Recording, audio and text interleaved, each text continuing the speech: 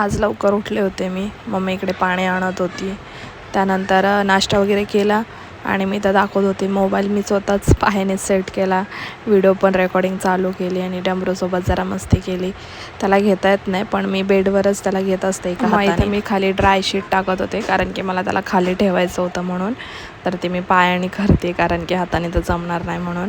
मग दुपारी आम्ही असंच पडलेलो, तर माझ्या आत्याचा मुलगा आलेला, म्हणजे आत्या भाऊ आलेला माझा. तर मम्मी त्याच्यासोबत गप्पा मारत होती, मी पण गप्पा मारत होते. मग दिवसभरात जास्त काही शूट केलं नाही, झोपण्यातच जातो आहे सध्या दिवस. संध्याकाळी उठले, चहा खाल्ली, चहा वगैरे पिलो. मग मम्मीला म्हटलं माझ्या डोक्याला जरा तेल लाव, मालिश कर. मग मम्मीने थोडीशी माझ्या डोक्याला मालिश केलेली. डमरूला पण झोपी घातलेलं. त्यानंतर इकडे उमेश पण कामाला गेलेला आणि आज त्यांची चहा पार्टी चाललेली. आज त्यांनी कामावरती चहा बनवलेला, मस्त ब्लॅक टी. ते लोक मस्त एन्जॉय करत होते, चिअर्स करत होते, गप्पा वगैरे मारत होते.